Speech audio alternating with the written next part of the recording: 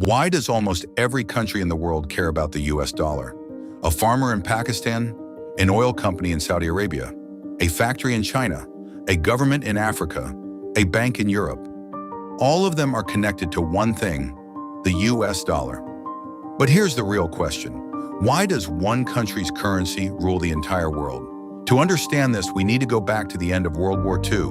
In 1944, the world was broken. Europe was destroyed. Economies were weak. Countries needed a stable financial system. So world leaders met in a small town called Bretton Woods in the United States. And there, a new global money system was created. The US dollar became the center of world trade. Because America had the strongest economy, the biggest gold reserves, and the most powerful position after the war, the world trusted gold.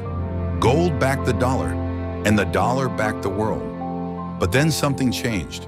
In 1971, President Richard Nixon ended the dollar's direct link to gold.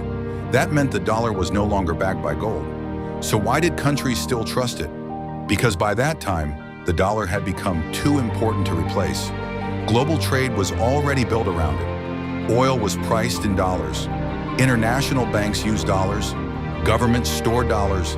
And investors trusted American financial markets. One major reason the dollar rules the world is oil. Oil is the bloodline of the global economy. Countries need oil to run cars, factories, airplanes, armies, and industries. And for decades, most international oil trade has been priced in US dollars. So if Pakistan, India, China, Japan, or Germany wants to buy oil, they usually need dollars. This creates constant demand for the dollar. Even countries that do not like American power often still need American currency. The second reason is trust. The US has the world's largest and most liquid financial markets. Treasury bonds are treated as some of the safest assets in the world. So when countries earn extra money from exports, many of them store that wealth in dollars. The dollar still makes up around 57% of global foreign exchange reserves. That means central banks around the world continue to hold massive amounts of dollars. The third reason is global trade. Let's say a company in Brazil buys machinery from South Korea. They may not use Brazilian, real, or Korean won. They settle the deal in US dollars. Because the dollar is accepted almost everywhere. It is the common language of global money. The dollar is used in more than half of all global trade invoices. The fourth reason is financial networks.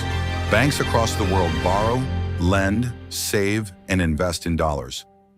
Global foreign exchange trading reached about $9.6 trillion per day in 2025. And the dollar is involved in the overwhelming majority of those transactions. The dollar is not just a currency, it is infrastructure. It is built into the pipes of the global economy.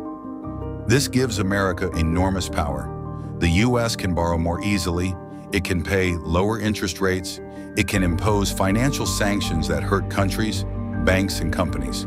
Dollar dominance is not just economic, it is geopolitical power. But the dollar is not untouchable. China wants more trade in yuan. Russia has tried to move away from dollars. BRICS countries discuss alternatives. Some central banks are buying more gold. This is called de-dollarization. But replacing the dollar is extremely difficult. You do not replace a global currency with slogans. You need trust, deep financial markets, rule of law, free movement of capital, and decades of confidence. Right now, no other currency has all of that at the same scale. The euro is strong, but Europe is politically divided. China's yuan is rising, but China controls capital flows. Gold is trusted, but it cannot run modern global trade. So the dollar remains number one, not because it is perfect, but because every alternative has bigger problems. So will the dollar rule forever? Maybe not. The British pound once ruled global trade before the dollar replaced it. So one day the dollar may lose its crown too. But for now, the US dollar remains the king of global money. Not because everyone loves it, but because everyone needs it. Do you think the world can ever escape the US dollar? Comment below and follow for more powerful stories about money, power, and the world economy.